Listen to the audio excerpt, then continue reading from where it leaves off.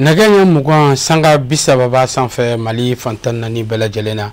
an balima bamanankan mɛnnaw Mali kɔnɔ ani Mali kɔkan foli ni waliɲumandɔ bɛ kɛ ka ɲɛsin aw ma ni waati in b'a sɔrɔ aw minnu matarafalen don jabaraniw kɔrɔ yasa bɛ se ka faamuyali sɔrɔ TV Seri fila bamanankan kunnafoniw na minnu bɛ walawalali kɛ aw ye Mali lahalayaw ani diɲɛ fan wɛrɛ taw la an b'aw ladɔnniya k'a fɔ n ko nin y'a kuma selen Ministre so min ka baara ɲɛsinnen bɛ baarako ani baaradege ma Mali jamana kɔnɔna na n'o ministère de l'entrepreneuriat national, de l'emploi et de la formation professionnelle ka sanga ni lajɛrɛba min bɛna sigi Mali jamana kɔnɔ ka daminɛ kalo tile 18 ka taa bila novembre kalo tile 21 san 2025 n'a bɛ ta salon belebele ba min bɛna sigi AES jamana ba saba tɔgɔ la Mali, Niger ani Burkina Faso a bɛna sigi stade du 26 mars ale dolanti kɛnɛba kan ka sanga n'o baara ɲɛbila ye ministre so ye kunnafonidilaw wele ka se ka ɲɛfɔli kɛ u ye baaraw ani labɛn kɛcogo la o kɛra ka bɛn ni an ka ɲinikɛla Aminata Traoré ani Abdoulaye Jara olu tun bɛ yen nɔ an k'u ka sɔrɔlo ɲamada. Ni sigi min ɲɛnamayalen filɛ ni ministre so fɛ n'ale ka cakɛda ye sigilen no baarakow n'a binankun kan n'a bɛ fɔ a ma nazarakan na ministère de l'entrepreneuriat national, de l'emploi et de la formation professionnelle o kun tɛ dɔwɛrɛ ye ka se ka na kunnafonidilaw ladɔnniya u ka baara bolodalen kan n'a bɛ fɔ o ma nazarakan na salon international de l'entrepreneuriat AES n'o bɛna lawaleya an fɛ yan tile 4 kɔnɔna na ka taa novembre kalo tile 18 ka taa bila novembre kalo tile 21 na Bamako dolantiba yɔrɔ la n'o ye stade du 26 mars ye o kɛnɛba sanfɛ n'a bɛna cakɛdatigiw sɔrɔ bosobagaw kɛnyɛrɛye baarakɛlaw ɔkɔlidenw o n'a ɲɔgɔnna caman k'olu fara ɲɔgɔn kan walasa cogoya min na u bɛ se ka masala baarada kow binankun kan n'a bɛ fɔ o ma nazarakan na entrepreneuriat a bilacogo sen kan a lawaleyali fo ka taa se a tɔrɔmɔɲɔw sɔrɔliw ma k'a fɔ aw ye an y'a ŋaniya siri ka salon international de l'entrepreneuriat AES pour première édition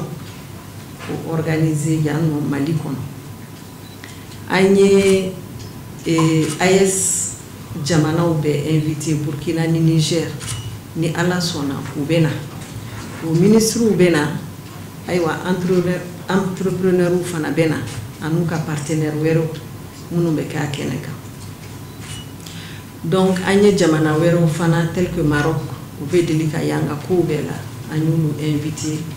jamana wéro fana bi no Sénégal boko ubena donc Togo ni Benin ani jamana wéro fana yungani asiri ubena faranka salon adabo kunye kaseka munu kabara ye entrepreneuriat anu ka partenaire u kaseka nyondo ka réseau do créer unu nyonche mimbe seka anga jamana nafa kanga jamana diu nafa kanga confédération et jamana sabai kulu nafa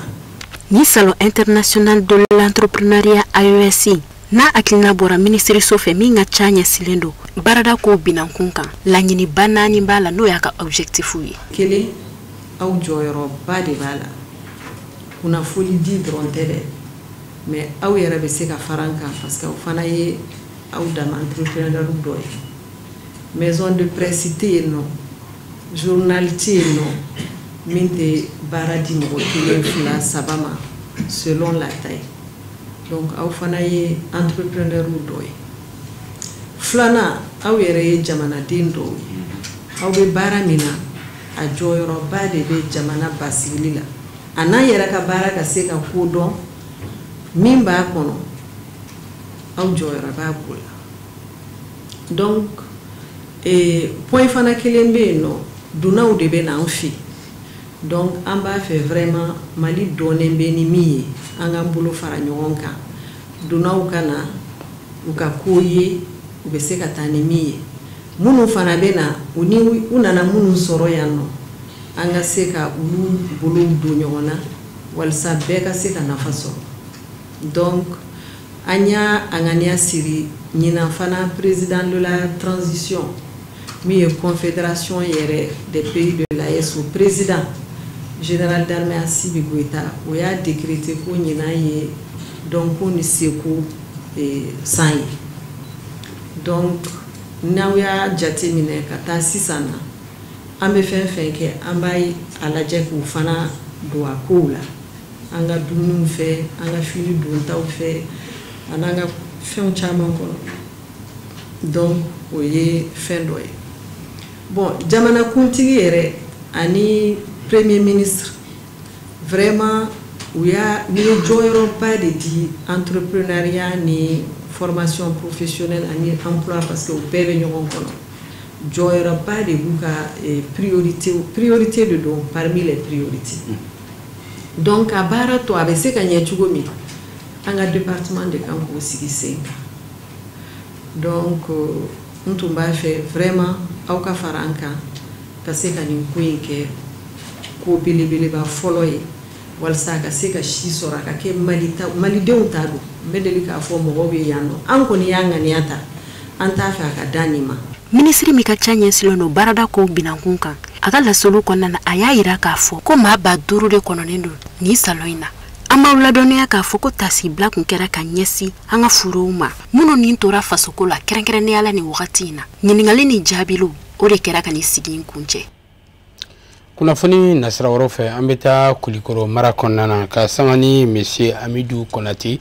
ni bɛɛ lajɛlen bɛ a lakodɔn ni Titi ye a ye hakilina ɲuman ta nin wagati gɛlɛya ninnu hukumu kɔnɔna na ka dɛmɛ kɛ ka ɲɛsin maa dɛsɛbaatɔw ani maa minnu ni degun ni gɛlɛya b'u kan ka balo caman ta ka ɲɛsin u ma baara kofɔlen in kɛra ka bɛn alamisa don novembre kalo tile 6 san 2025 a kɛra Kulikoro mara kɔnɔna na a ka nin hakilina ɲuman in a bi don a ka ɲɔgɔn dɛmɛ o kɔnɔna na ka ɲɛsin dɛsɛbaatɔw ani maa lujuratɔw ma kɛrɛnkɛrɛnya se tɛ maa minnu ye nin wagati ninnu na an ka taamadenw tun ye Kadija Tarawele a n'a ka jatala Nuhum Kone o ye min sɔrɔ an k'o ɲamada ɲɔgɔn fɛ. Monsieur Amidou Konate ale ni dɔnni ni a ka dusumaya waleyaw ye ani baɲumankɛ waleyaw k'a ta ka ɲɛsin maaw ma a wulila a deliko la a ye dɛmɛ ta ka don Kulikorokaw ma o dɛmɛ bɛ halisa a ka wulikajɔ n'a ka cɛsiri jira a mɔgɔɲɔgɔnw dɛmɛni na kɛrɛnkɛrɛnnenya la maa minnu mako bɛ dɛmɛw la. pays bɛ la alamu kɔnɔna la Mali dan tɛ Bamakɔ dɔrɔn ye ka daminɛ région fɔlɔ ka na bila Mali région laban na an ka objectif ye nin bɛɛ de parce que insécurité min bɛ dugu kɔnɔna la bi Mali fan bɛɛ la je pense que bɛɛ de ka kungo don an bɛɛ tɛ se ka fini don ka marifa ta mais nin de fana ye anw ka action ye ka se ka an ka ɲɔgɔn dɛmɛ ka se ka population apaiser donc an bɛ dugawu kɛ Mali bɛ jamana lahala min kɔnɔ bi yarabi ma Ala ka a ta fanga di an bɛɛ lajɛlen ma. Fɛn min ye Kulikorokaw ka maire ye ale kɔni y'a ka nimisi wasaw jira ni ka tila ka ɲɛfɔli kɛ nin waleya in nafaw kan. N bɛ foli fɔlɔ ta fɔlɔ k'a di Beka ma Beka i ɲɔgɔn ka dɔgɔ Beka i taara Bamakɔ sigi la k'a sɔrɔ Kulikorokaw caman bɛ Bamakɔ sigi la mais mɔgɔ min sera k'i hakili to Kulikorokaw la mɔgɔ min sera k'i hakili to an baw n'an faw la o ka dɔgɔ donc vraiment i ye nin min kɛ nin ye acte ɲumanba de ye ne yɛrɛ mɛn yɔrɔ min na a diyara n ye kosɛbɛ hali bi ka Fanta ani Hawe fo kosɛbɛ ani Tete balimakɛ vraiment a ka nani diyara n ye kosɛbɛ an ye Kulikorokaw an fa n'an baw an y'u kalifa don aw la an ma chance sɔrɔ ka Tete yɛrɛ ye mais n'an y'aw ye dɔrɔn o kɔrɔ k'an ye Tete ye. Maa minnu garizɛgɛ donna nin dɛmɛ ninnu na olu kɔni nisɔndiyalen u y'u ka nisɔndiyakanw u ka folikanw an'u ka dugawu kɛ ka ɲɛsin Monsieur Amidou Konate ma. Dɛmɛ min nalen filɛ di anw ma nin ye dɛmɛ ko k'a diyara an bɛɛ lajɛlen de ye a ma bonya an ma de a diyara n ye yarabi ma Ala a bɛna ni dɛmɛ min ye ka na dɛmɛ di aw ma a bɔra wari min na Ala ka caman fara wari kan Ala kana ta yɔrɔ lankolon yarabi ma Ala ka n'o to nkalon na Ala ka n'o to janfa la Ala k'o kisi nkalon tɔɔrɔ ma Ala k'o kisi janfa tɔɔrɔ ma. Titi hali ni ye fɛn kɛ min tɛ nin ye an tɛ ka dɔrɔn fɔ merci kɔ ka fɔ a diyara n ye ka i fo ka i waleɲuman dɔn k'a sabu kɛ dɛmɛ bɛɛ ka di mɔgɔ ye dɛ nka an bɛ waati min na ko bi nin sera ka bɛn ni waati min ye Ala yɛrɛ de b'a dɔn nka komi an tɛ ɲuman sɛbɛn an tɛ juguman sɛbɛn min bɛ ɲuman sɛbɛn n'o bɛ juguman sɛbɛn a kɛra o ɲɛna an bɛ kelen min fɔ ka dugawu kɛ i ye i ka service halisa Ala ka jiri di ka tɛmɛ nin kan Ala ka i kisi jugu tɔɔrɔ ma den barikama Ala k'o di a bɛɛ lajɛlen kelen ma den minnu b'a dɔn n'u b'a hinɛ minɛ Ala ka o denw di a ma. fɛn ye an ka jamana seko ani dɔnko tigilamaw ye fo ka taa se an ka ɲɔgɔnlanbɔlaw ma olu kɛra sababu ye ka nin kɛnɛ ɲɛ nisɔndiya kɛnɛ ye an bɛ aw ladɔnniya k'a fɔ ko nin baara nin bɛɛ lajɛlen ni kuncɛla ni nin dɛmɛ ninnu jigin ye maaw ma. Burkina Faso jamana kɔnɔ Burkina Faso kadenw u bɛ ka ɲɛda kura da ka sanga ni faso de ɲumanya baaraw olu yakubali n'a jidili kɛrɛnkɛrɛnnenya ka bɛn Alamusa novembre kalo tile 6 san 2025 u ka golomasiri tabaw u y'u ka lajɛrɛba ko fɔlɔ min bɛ taxi blaqué ka ɲɛsin Burkina Faso jamana ɲamakɔrɔ n'o ye Thomas Sankara ye o baara kofɔli kɛra a tɔgɔla dolati kɛnɛba min bɛ yen a tola Wagadugu faba kɔnɔna na lajɛrɛ in bonya n'a karama bɛɛ lajɛlen bonyana Musa Fɔnba ale bɛ ɲɛfɔli kɛ a ko la. Nin kɛnɛ in min sigilen filɛ nin ye sen kan Burkina jamana ɲɛmɔgɔw fɛ a bɛ nin kura de fiyɛ Burkina ka denw ka wuli ka jɔ la kɛrɛnkɛrɛnnenya na ka kɛ n yɛrɛ ye hakilina octobre kalo tile 15 Burkina kaw ka jamana ɲɛmakɔrɔ capitaine Thomas Sankara fara ka bɛn n'o de ye san 1987 wa san o san octobre kalo tile 15 a ka fali sangunbɛ o kɛnɛba bɛ sigi sen kan nka ɲina Burkina ma ɲɛmɔgɔw y'a kanu kalo kalo alamisa fɔlɔ tasibila kɛnɛ bɛ sigi sen kan Burkina jamana ɲɛmakɔrɔ capitaine Thomas Sankara ye ka sabu kɛ Thomas Sankara fara ka bɛn ni alamusa don dɔ de ye octobre kalo tile 15 san 1987 maa min ni bɛɛ kɛ mɛ k'i bolo jigi surasiya nasira fɛ ka sabu k'a ka fanga kɔnɔ alamusa don o kun gɛn kun bɛ farikolo ɲɛnajɛ don gɛrɛngɛrɛnnin ye Burkina fandan naani bɛɛ lajɛlen la ko sport de masse o kuma de la bɛɛ bolo jiginnen don kɛra nɔfɛ jamana ɲɛmaayaso la conseil de l'entente ka ni a ka jamana ɲɛmaayaso baarakɛlaw to ɲɔgɔn ye la ni nka a nikɛnɛ karaba kalo kalo alamisa fɔlɔ sa Burkina yɔrɔ min jɔn bɛ taasi bila yɔrɔ capitaine Thomas Sankara tɔgɔ la Burkina ka denw bɛ ɲɔgɔn sɔrɔ ye ka hakili jagabɔbaw kɛ ka taasi bilaw kɛ kelenyaw bɛ se ka kɔrɔ don Burkina ka denw ni ɲɔgɔn cɛ cogo min alamusa novembre kalo tile 6 in baaraw n'u donna min bonya kun bɛ Burkina wasablo ɲɛma Dr Ousmane Buguma bolo maa caman ye wele jaabi surasiw kun bɛ kɛnɛ kan jamanadenw fɛnɛ kun bɛ wasablo ɲɛma ye kuma ta ka jira k'a fɔ sigikɛn bɛ maa min dɔgɔla bi n'o ye capitaine Thomas Sankara ye ni bolomadayɔrɔ kan ka ye Burkina jamanadenw na faso jɔ la ale de y'u bolomadayɔrɔ ye wasablo ɲɛma a ka b'a ɲini Burkina ka denw fɛ nin yɔrɔ in yɔrɔba don alamusa bɛɛ ka ɲɔgɔn sɔrɔ yan ka sabu kɛ capitaine Thomas Sankara ye fɛn min do Burkina ka denw ye tiɲɛ ye a bɛ Burkina ka denw ka bidila ni k'u ka sini dilan kɛnɛ do kɛnɛ min bɛ kɛ hakili jagabɔ ni taasi bila yɔrɔ ye ani hakili jigin yɔrɔ k'a fɔ Burkina ka den a dɔn bɛ ni jɛlenya ni yɛrɛ dɔn ni danbe min ye ani damakɛnya ka don Burkina ka denw ni ɲɔgɔn cɛ jamana sɔrɔda tilacogo la ka taa se Burkina ka yɛrɛya ani faso kanu o bɛ se ka kɔrɔ don Burkina cogo min nin kɛnɛ min daminɛtɔ filɛ Burkina jamana kɔnɔ a bɛ bi jamana ɲɛmaa Burkina jamana kunna capitaine Ibrahim Traoré ka kɛlɛ kɔrɔ don de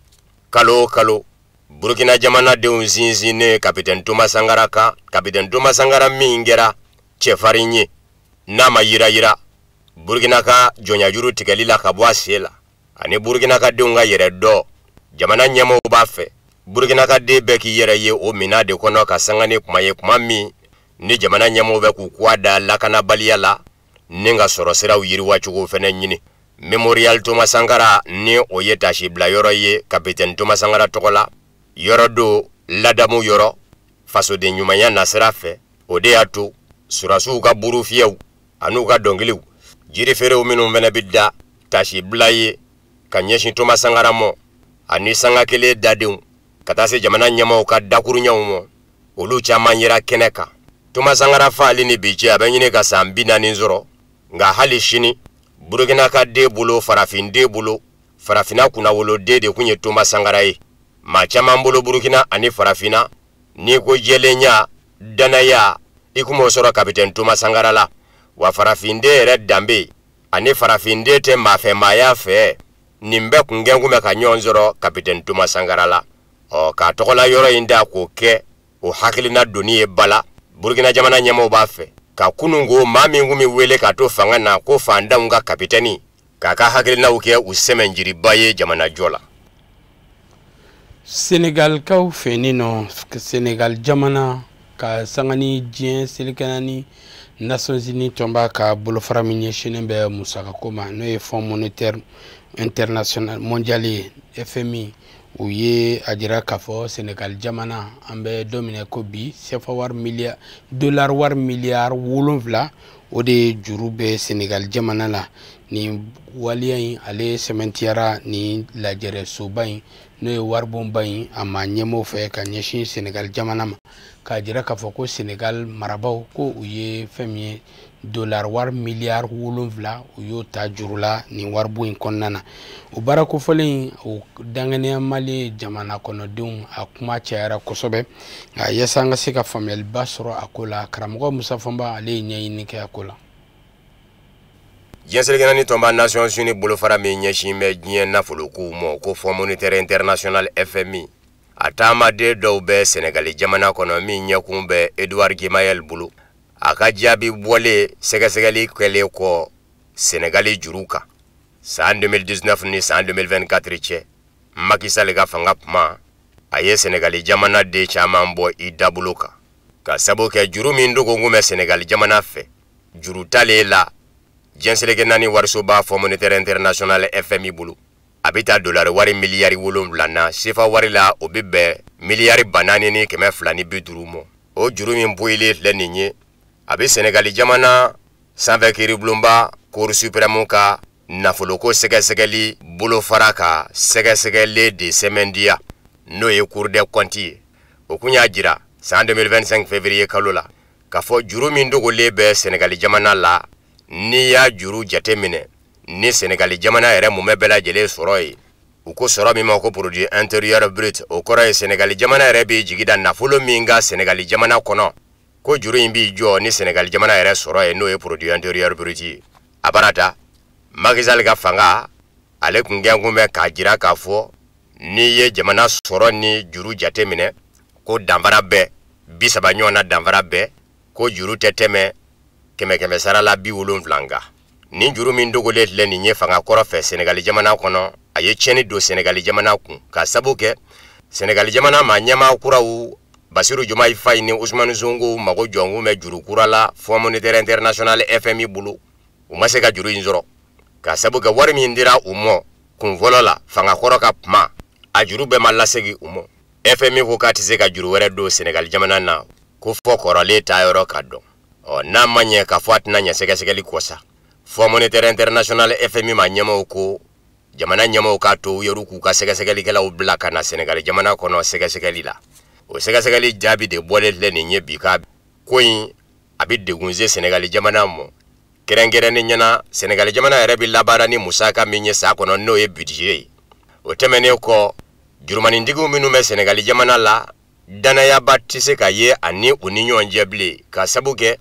olu mago be dangania ula minumba jira kafo ni uyuka nafolo labara Senegal jamana kono jele nyana ke kuro FMI segasegeli kala ula nyakunye ajira ka laselila kafo amena bara inanga habina la kada amadili kan nyona juru dugu lenye farafina jamana do kono fulo ako indabora kama fana ka kede fili barate FMI manyamo ye ajira kafo Senegal jamana nyama kura umago jombe euro wari miliyari kele ani million geme shegi mina utise di umo folo foni njuri min leni nye shefa wari miliyari ba flani keme flani beduru kaye o temene ko aduna dami vene fe o kaddo Ousmane Sonko ministri nyama kasangane gwele yaye aye bara dobla singa mimi sekatu jurumi me Senegal jamana na chama bo ala keme sarala nani Senegal jamana soro sangana ni nyonye ni oye produit intérieur brut PIB yani sa 2027 che akake saba dronye Ousmane Sonko ya yira fana ka fo jurin abibla ministry so kelenga bulu kanza do na tawla mi mbora la ukaddo to mimbe no masara ofene kaddo FMI ma nyama ye ajira ka fo Ousmane Sonko ka o hakili na ngoni miseka ke sababu yo kasege nyomo barala ninga juru were soro FMI bulu o jamana de uminu bena biseka juro ka sabuke nini na nyona gwele yanana jamana keto ka juru inzara dobi bo jamana de unga la horo maula o do biseka ke ka dobo barakela uga sarawla wale gele ka do fara zale unga akulu sara Ministre ɲɛma Usman Sonko ye Senegal ka denw hakilina tigɛ k'a fɔ o si tɛna kɛrɔ laɲini de ye dɔrɔn ka jateminɛ kɛ nafolo labaara cogo ɲuman na a ka labaara jɛlenya kɔnɔ ni Ala ma basi yɛrɛ fɛnɛ kɛ taji bɔyɔrɔ kura ni gazi bɔyɔrɔ kura min bɛ senna Senegal jamana kɔnɔ n'o bɔli daminɛna k'o feere kuma o kuma a ka ca Ala fɛ juru in bɛɛ lajɛlen bɛ sara k'a ban Senegal jamana ɲɛmɔgɔw ni Diɲɛ Seleke Naani warisoba Fonds Monétaire International FMI cɛ. O fana b'an sɛsɛn ka taa farafinna ani diɲɛ fan wɛrɛ kibaruyaw la minnu bɛna lase aw ma karamɔgɔ Musa Fɔnba fɛ.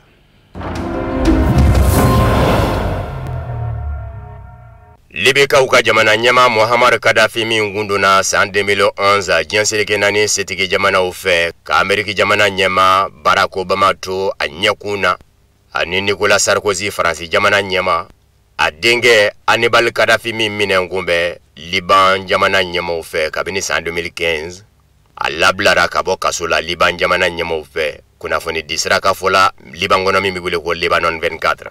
Libikaw ka jamana ɲɛma Muammar Gaddafi min ye Libi jamana mara san 1942 fɔ san 2011 a denkɛ Hannibal Gaddafi min kun bɛ Liban jamana bolo a labilara kunnafoni di sira ye a jira k'a fɔ dollar wari miliyɔn 11 min kun fɔra ko f'a k'o sara a ka bɔ jɛngɛra o kɔ a ka lapasabaw ka wuli ka jɔ fɛ ani Libi maa ɲɛmaakuraw ka wuli ka jɔ sababu la. Libi jamana ɲɛmaw ye bonyamasegin kɛ ka ɲɛsin Liban jamana ɲɛma Joseph Aoun ma ani Liban wasablo ɲɛma Nabi Berri kow nɔgɔyali la Libi jamana bolo Libi jamana den dɔ labilali la n'o ye Muammar Gaddafi jamana ɲɛmaakɔrɔ denkɛ Hannibal Gaddafi ye min si bɛ san 50 la bi. San 2015 de Hannibal Gaddafi a fa ka fanga cɛnnen Libi a ye kalifa yɔrɔ sɔrɔ Syrie jamana kɔnɔ n'o ye Liban dajabɔɲɔgɔn jamana ye. Nga yɛrɛ hakili la ka dogon bɛ kuma min silamaya diinɛ bolofara min bɛ wele ko Shia o jɛkulu min bɛ Liban jamana kɔnɔ olu donna Syrie jamana kɔnɔ n'a ma ɲɛ k'a fɔ Syrie jamana ye o diinɛ bolofara in jamanaba ye. Muammar Gaddafi denkɛ Hannibal Gaddafi dogoyɔrɔ u sera ye ni k'a minɛ ka segin ni a ye Liban jamana kɔnɔ k'a di Liban jamana ɲɛmɔgɔw ma. Mago jɔn bɛ Muammar Gaddafi somɔgɔw la Liban jamana ɲɛmɔgɔw fɛ kun min kama o ye k'a fɔ san 1978 Liban jamana den dɔ diinɛ bolofara Shia o alimami badu ko Musa al-Sadr a balala ka tunu Liban jamana kɔnɔ a taa yɔrɔ ma dɔn. Muammar Gaddafi ka fanga de y'a kundon wa kana bila bi kɔni na ɲɛ foyi ma se ka dɔn Shia ɲɛmaaba Musa al-Sadr kungangoro. Kuma min na ni Hannibal Gaddafi minɛna ka na n'a ye Liban jamana kɔnɔ kiri sigira senga a kunga san 2017 tiɲɛ don a ma jɔ a la k'a fɔ a bɛ Musa al-Sadr tununcogo dɔn a fa ka fanga kumaw la Libi jamana kunna san 1978 o n'a ta bɛɛ o y'a jaki k'a fɔ a ye tiɲɛ dogo u la kiiribulon kɔnɔ o kun ye kaso da kun wulikajɔw cayara Libi jamana maa ɲɛmaakuraw fɛ a nɔfɛ Liban jamana maa ɲɛmɔgɔ kɛlen filɛ nin ye k'a labila bi. Ameriki jamana ɲɛmɔgɔw Donald Trump kɛrɛnkɛrɛnnen ɲɛna a y'a jira k'a fɔ a labɛn bɛ ka baara kɛ Nigeria jamana ɲɛmɔgɔw fɛ min bɛ se ka to chrétien diinɛ mɔɔw ka lakana o bɛ se ka jɔ u ye o tɛmɛnen kɔ lakana bɛ se ka kɛ farafinna tile bi yan fɛ fɛ cogo min ni mɔɔw kɛlɛli ye minnu kɛn bɛ ka silamɛya diinɛ berefini biri u yɛrɛ kan. Kunnafoni mɛnna ka bɔ kunnafoni di sira la min bɛ wele ko Newsweek a ko a y'a minɛ ka bɔ Ameriki jamana minisiriso la minisiriso min ɲɛsin bɛ Ameriki ni jamana wɛrɛ ni ɲɔgɔn cɛ kun ye ɲɛnabɔw ma. New York Times min kunnafoni di so Ameriki o fɛnɛ kun y'a jira a ka laseli la k'a fɔ Ameriki jamana kɛlɛbolo min bɛ farafinna n'o bɛ wele ko Commandement des Forces Armées Américaines pour l'Afrique AFRICOM k'o kɛn bɛ ka kɛlɛ fɛɛrɛ dɔ bolo da ka tɛngu Ameriki jamana surasiya ɲɛmaayaso la n'o ye Pentagone ye kɛlɛ fɛɛrɛ sigiyɔrɔma 3 don ka maaw kɛlɛ Nigeria dugukolo kan minnu kɛn bɛ ka silamɛya diinɛ berefini biri u yɛrɛ kan. Ko a jirala AFRICOM ka fɛɛrɛ dajiralen la kɛlɛ fɛɛrɛ ka fɔ Ameriki jamana kɛlɛcɛw bɛ dɛmɛ don Nigeria jamana kɛlɛcɛw ma. Ameriki jamana kɛlɛcɛw tɛ sin ka na Nigeria dugukolo kan ka kɛlɛ in kɛ u bɛ se ka na ni u ka kurunbaw ye Kouaji fɛ Nigeria masurunaw na u ka kɛlɛkɛkuruw bɛ se ka wuli pankuruw minnu na Kouaji la ninga to ka bundeli kɛ sani dugu cɛ kuma dɔw la Nigeria jamana kɔnɔ ni Nigeria jamana kɛlɛcɛw mago jɔra u ka dɛmɛ na maa ninnu gɛlɛtɔ ni o ye maaw ye minnu kɛ bɛ ka silamɛya diinɛ birifini biri u yɛrɛ kan a ma ladɔnniya k'a fɔ dɔgɔkun tɛmɛnen kɔrɔfɔ kun ka jana kosɛbɛ Ameriki jamana ɲɛmaa Donald Trump ni Nigeria jamana ɲɛmaaw cɛ Ameriki jamana ɲɛmaa Donald Trump ko Nigeria jamana maa ɲɛmaaw bɛ k'u ɲɛtugu chrétien diinɛ maaw faali kan maaw fɛ minnu kɛ bɛ ka silamɛya diinɛ birifini biri u yɛrɛ kan ko kumana ko chrétien diinɛ maaw sila tunun dɔ de don Nigeria jamana kɔnɔ ko Bola Tinubu n'a ka fanga bɛ k'i daki bombo ye o kɔrɔ Bola Tinubu kɛlen ka kuma mɛn jamana ɲɛmaa a y'a jira k'a fɔ fili bɛ Ameriki jamana ɲɛmaa Donald Trump ka kɔrɔfɔrɔ ka sabu kɛ cɛsiribaw minnu kɛra a ye ka fanga fɛ ko in nɔ a y'i pan olu kunna ko Nigeria fanga a ka kɛlɛ ye min ye bɛɛ ka se k'i ka bato kɛ Nigeria jamana kɔnɔ wa Nigeria jamana a ɲɛmaaw bɛ kuma ɲɔgɔnya la ni silamɛ diinɛ ɲɛmaaw ni chrétien diinɛ ɲɛmaaw ye o ma kɔtigɛ min bɛ se ka to bɛɛ ni basigi bi ye diinɛw ni ɲɔgɔn cɛ Nigeria jamana kɔnɔ ni ka Nigeria ka denw ni kisi maa ti bɔ maa la n'i ye Nigeria ka den ye i mana ye diinɛ o diinɛ na i ka ni kisili o bɛ Nigeria jamana ɲɛmaaw ka bolo kan Ameriki jamana ɲɛmaa Donald Trump a nisɔndiyalen y'a jira k'a fɔ ne ma dɛsɛ arabula jamana kelen tɛna ye min tɛna jɛ kɛ Bani Israɛl fɛ o y'a ka laɲini ye ka sanga ni a ka bɛnkan dajiralen ye bɛnkan min bɛ wele ko les accords d'Abraham les accords d'Abraham a bɛ tali kɛ fɛn min na o ye Nabila Ibrahima n'a ma ɲɛ k'a fɔ Yahudiyaw a fɔ mɛn ko olu bɔ mɛn Nabila Ibrahima denkɛ filanan Isihaka de la ko arabuw olu bɔ mɛn a denkɛ fɔlɔ Ismaila la Donald Trump sina ka bɛnkan dajiralen tɔgɔ da Nabila Ibrahima na ko Nabila Ibrahima bɔnaw minnu fɔ mɛn ɲɔgɔn kɔ olu tɔgɔ la bɛnkan kɔrɔ y'o ye Donald Trump y'a jira k'a fɔ nisɔndiyalen bɛ a da Outlook kan k'a fɔ Yahudiya jamana Bani Israɛl minisiri ɲɛmaa Benjamin Netanyahu ani arabu jamana Kazakhstan jamana ɲɛmaa Kasim Jomart Tokayev ye ɲɔgɔn wele nɛgɛjuru coupe sira fɛ Kazakhstan arabu jamana bɛ kɛ ne ka nin manda fɔlɔ in arabu jamana fɔlɔ ye ka don nga bɛnkan dajiralen tɛgɛnɔbilali dafɛ ni o ye accord d'Abraham ye Donald Trump ye nin de bila bɔlɔlɔ sanfɛ a ko nin ye paraɲɛba ye diɲɛ kalali la a ko bi jamana caman de kɛmɛ k'i dalaka di bɛɛ o sinsinni mɔ diɲɛ kɔnɔ ne ka nin bɛnkan in sababu n'o ye n ka accord d'Abraham ye ko don nataw la kɛnɛba bɛna sigi sen kan ka Bani Israɛl maa ɲɛmaaw ni Kazakhstan maa ɲɛmaaw fara ɲɔgɔn kan diɲɛma k'a ye k'a fɔ fɔɲɔgɔnkɔ tɛ ni arabu jamana in ni Bani Israɛl cɛ bilen u bi jɛ ka baara kɛ ɲɔgɔn fɛ a ko wa ko a ka dɔn fana k'a fɔ o arabula jamana de ka dɔgɔn min de ka sama ka nin bɛnkan in nɔfɛ n'o y'a ka accord d'Abraham ye a ma ladɔnniya k'a fɔ Donald Trump ka mandat fɔlɔ la san 2020 fɔ san 2021 Bani Israɛl bɛ se k'a yɛrɛ sɔrɔ cogo min arabu jamanaw la n'a ma ɲɛ k'a fɔ arabu jamana caman kɛ b'a jugu ye Donald Trump ye nin bɛnkan in de dajira arabula jamana caman na minnu fɛnɛ y'a tɛgɛnɔ bila san 2020 baara in ni arabu jamana sɔnna ka don bɛnkan da fɛ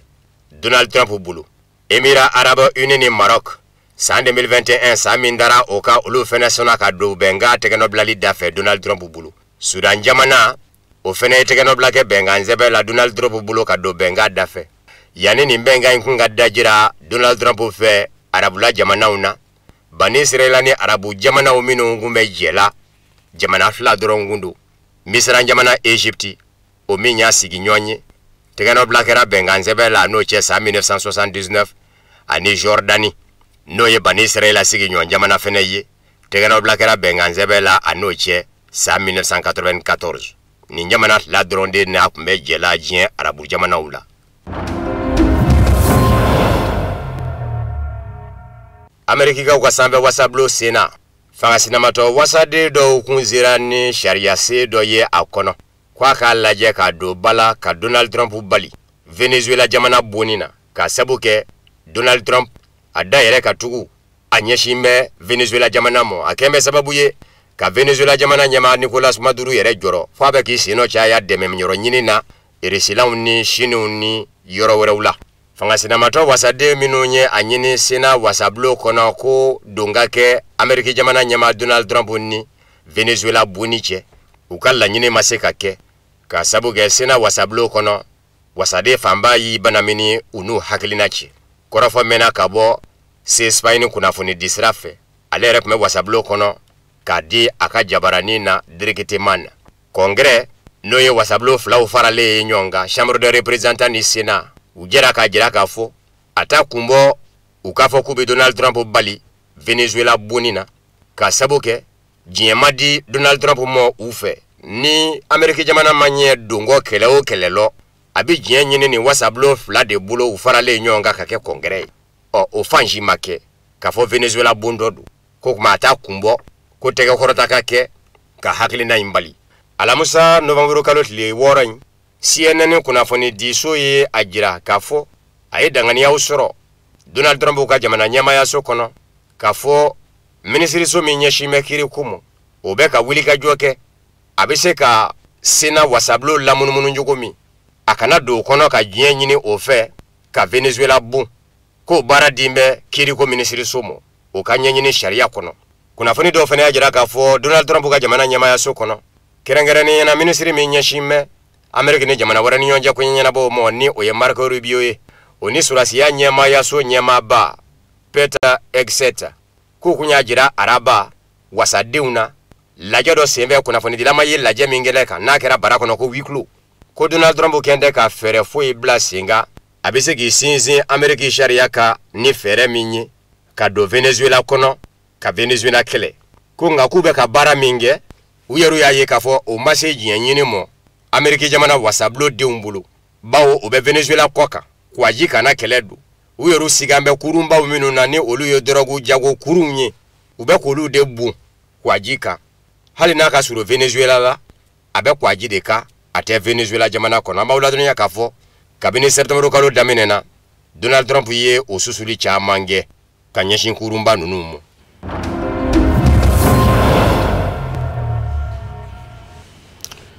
fana bebe dansiri bi bamananga kuna fono sololona munu farla nyowa kuna foni di so nyama sofe kala se awma ka benini kuma foli be krokora kanyeshi en flebaro malikono ani malikoga la silure ami nyowa sura yanote awkambe jamwati were